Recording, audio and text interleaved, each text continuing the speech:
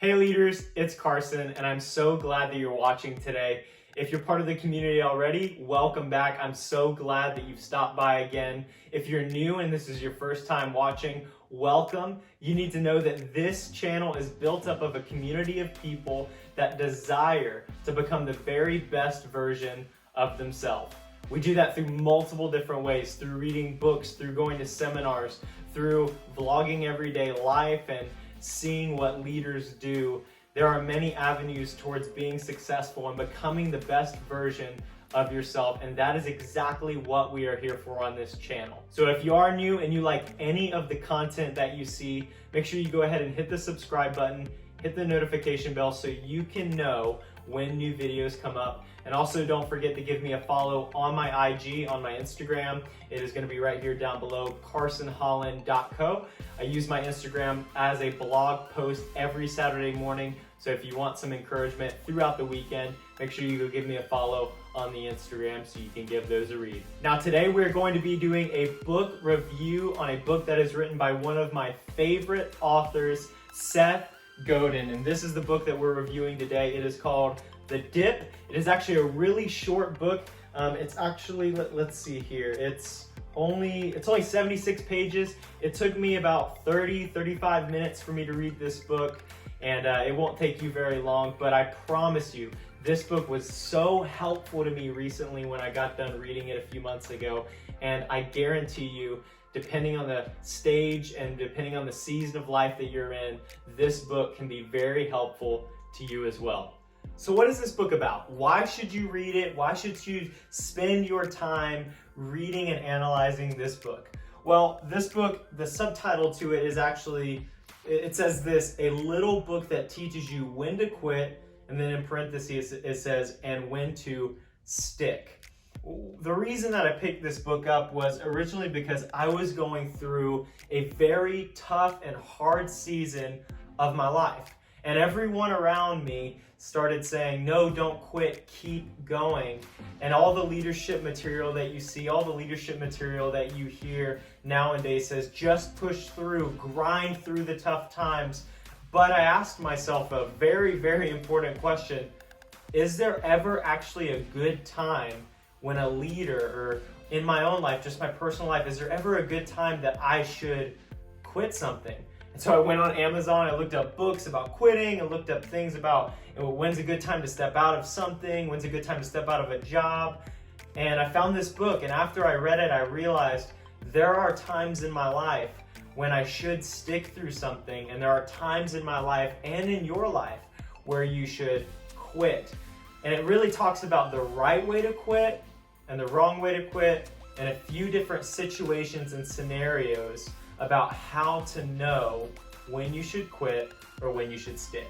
Now, I don't know what kind of season of life you're in. I don't even know if you're thinking about quitting something. I have no idea. I don't know if you're in a dead-end job that you are not enjoying at all. I don't know if you're part of a group of people, if you're part of a church, if you're part of an organization or a nonprofit, or you're part of some, I don't know, sports team that you're just questioning, should I still be here? I don't know what season of life you're in, but go ahead and give this video a watch. Put it on your favorites, do whatever you need to do to save it, because I guarantee you, you will need to know this information in some season of your life, because the question will come up, should I continue to do this? And I wouldn't just say to save this video, I would also encourage you to buy this book, give it a read, and keep it in your library so that you can go back and you can use it as a tool in seasons of your life where you may be questioning if you should walk away from something. So how do you know when to quit, and how do you know when to stick? This book is actually divided up into two pieces. This is actually four. It's divided up into two pieces, or two sections, if you will.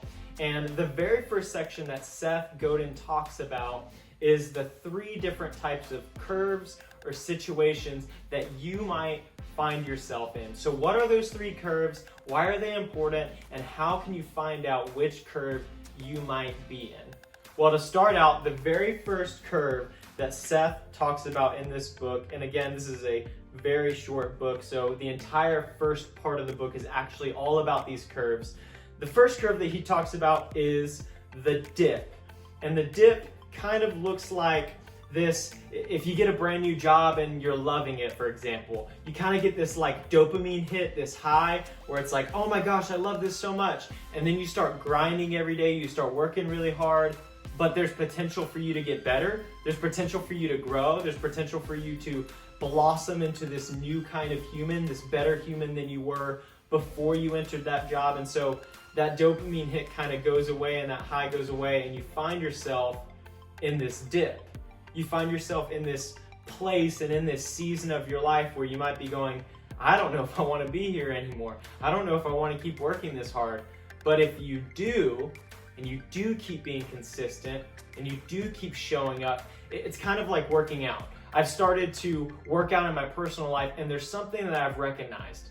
And I'm not a health expert or anything, so if there's any health people watching, please help me out because I don't know what I'm doing. But what I've noticed is there is power in simply showing up. There's power in showing up and doing what you need to do, because eventually you'll hit that breaking point. Eventually you'll hit that moment where you go, wow, I've been doing this for 1, 2, 3, 4, X amount of years, however many years it is or how much time it may be, and I can see that I'm a completely changed person. That's what the first curve is all about. It's about the dip. The high goes away at the beginning, and you're in this dip, and then all of a sudden there's this just monumental amount of exponential growth. That's the first curve. That is the dip. Now, the second curve that Seth talks about in his book is called the cul-de-sac. The cul-de-sac. I have a lot of cul-de-sacs in my neighborhood, and they're actually kind of annoying. I used to skateboard when I was younger, and I would love to go down huge hills, but the worst thing ever when you're skateboarding or longboarding is when you get to the bottom of the hill and you realize, oh crap, this isn't a turn. This is a giant cul-de-sac, and I'm gonna run into someone's lawn and I'm gonna die. Cul-de-sacs are not fun in real life, and they're also not fun when you're talking about them metaphorically. And what Seth means when he talks about a cul-de-sac is something that's a dead end. Do you have an area of your life? Maybe it's a job you're a part of. Maybe it's a church you're serving in. Maybe it's an organization you're a part of, or maybe a sports team that you play on. And you just keep going loop, loop, loop, around, around, around, and you can never seem to grow. You can never seem to get better. It's like there's never this opportunity or chance for you to actually become a better human. In reality, the cul-de-sac is really just you doing the same thing over and over again. That's not going to make any difference in your life. And the only reason that you may be staying is for maybe fear. Maybe, you're scared to get out and try something new, so you stay in the cul-de-sac. Maybe it's because you don't know what else to do and you might be confused. That's what the cul-de-sac is. That's the second thing. I just put up 3. That is the second thing, or the second diagram that Seth talks about in his book. Get out of the cul-de-sac. Don't be part of a cul-de-sac. Now, the third and final type of curve that Seth talks about in his book is called the cliff. And he says that these are actually very rare, but sometimes they do happen. And I love his example that he talks about on page 21. He talks about smoking and how when you smoke a cigarette, it's really, really good. It's amazing. And you just keep going up and up and up. And then all of a sudden, boom, you're done. And the whole thing falls away. Do you have an area of your life where you might be in a cliff? He actually says it exactly like this. He says, I call this curve a cliff. It's a situation where you can't quit until you fall off and the whole thing falls apart. I don't know about you, but I've had areas in my life where it's like, if I quit this, I know that everything is going to fall apart. I was actually a part of a certain ministry. I was a part of a certain group, and there was this individual that was amazing. He was such an amazing leader. He was such an amazing person, and he decided that it was time for him to step out of this position. And I recognized that when he stepped away, it seemed as though everything fell apart. But when he was there and when he had first stepped in, it seemed like everything kept going up and up and up and uphill until he left. And then everything crashed, and it seemed like everything was gone. And everything is going well in that particular area now. But I have to ask you, do you have an area of your life where maybe if you quit, or maybe if you're not there, it seems as though everything will fall apart? Now that you know that there's 3 curves, it's time to let you know that there's actually only one in which you should stay in. It's definitely not the cul-de-sac, as that always gets you in a dead end. And it's definitely not a cliff, as that's going to lead and end up in everything falling apart.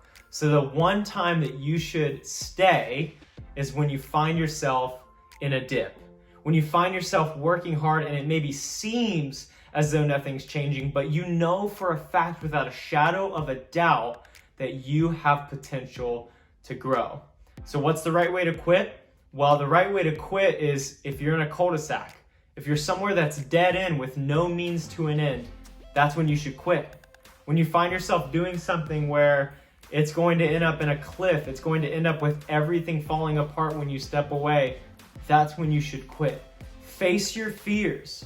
Hear me loud and clear. Face those fears. Living a life of fear and anxiety because you're scared to go out and try something new is a very sad way to live a life.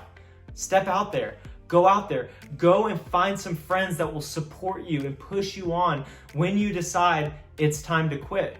And same goes for the dip. Find some people in your life. Find it within yourself. And I'm a Christian, so I find my energy and my strength from Jesus, but you might find it from somewhere else. I never tell people what to believe, but if you believe something else, find something where you can get some strength in yourself and you can push through the dip as well. So that's the only time that you should stick, when you find yourself in a dip. So what's the second part of this book all about? Well, the second part is actually titled exactly this. If you're not going to get to number 1, you might as well quit now.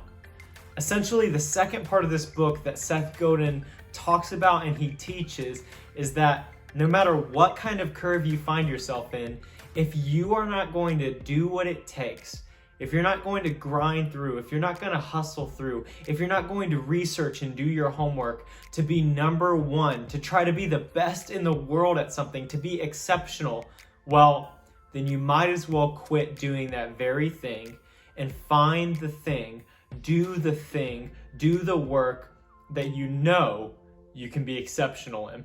And in fact, this actually brings me to my favorite quote from the book, found on page 44, and I'm just going to read it to you because it's stuck with me, and I hope that it's nourishing to you and it's nourishing to your heart, and I hope that it sticks with you as well. Seth said it this way: quit or be exceptional.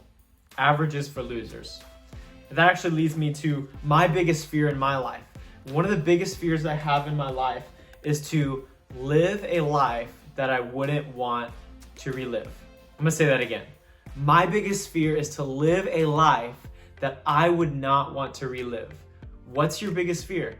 What is something that you're afraid of? A lot of people think that fear is bad, and many times fear is bad, and you should not live in fear. But other times, fear can be the fuel for you to become, for you to succeed, for you to be all that you were meant to be, all that you desire to be. My biggest fear is to live a life I wouldn't want to relive. And I hope that for you, you would want to get to the end of your life and say, I was exceptional at this. I was exceptional at my craft, rather than I was just an average person who worked a 9 to 5, who lived 80 something years, and that's about it. Live a story, live a life that's different, live a life that's exceptional, live a life that's vibrant and exhilarating. Live that kind of life, one that you truly would want to relive all over again. Okay, leaders, I hope that you enjoyed the video that you saw. Again, if you're new to the community and you're new to the channel, I hope that you enjoyed this content. If you did, please consider subscribing. Just hit the subscribe button, hit the notification bell so you can be sure to get the content as soon as it comes out, and you can watch it as soon as it comes out. Share with your friends. Give me a follow on Instagram, carsonholland.co, just for some weekend inspiration with my blogs that I post on that page. I'm gonna leave a link in the description for this book. And again, don't forget, this is a community of people that want to become the best that they can in the life that they have. They want to become the best version of themselves. So leave a comment. What was your favorite part of this book review? What was your favorite part of what I said about the book? Go ahead and pick up the book. Again, link to Amazon will be in the description. Go ahead and pick it up and tell me in the comments what your favorite part of this book was. Give me some comments that tell me what books that you guys want to hear reviewed, some books that you guys think that I should read, etc. All right, leaders, that is all for this video, and I hope that you stop by later in the week to catch another review. Other than that, I hope you guys have an amazing rest of your day, and I'll catch you guys later.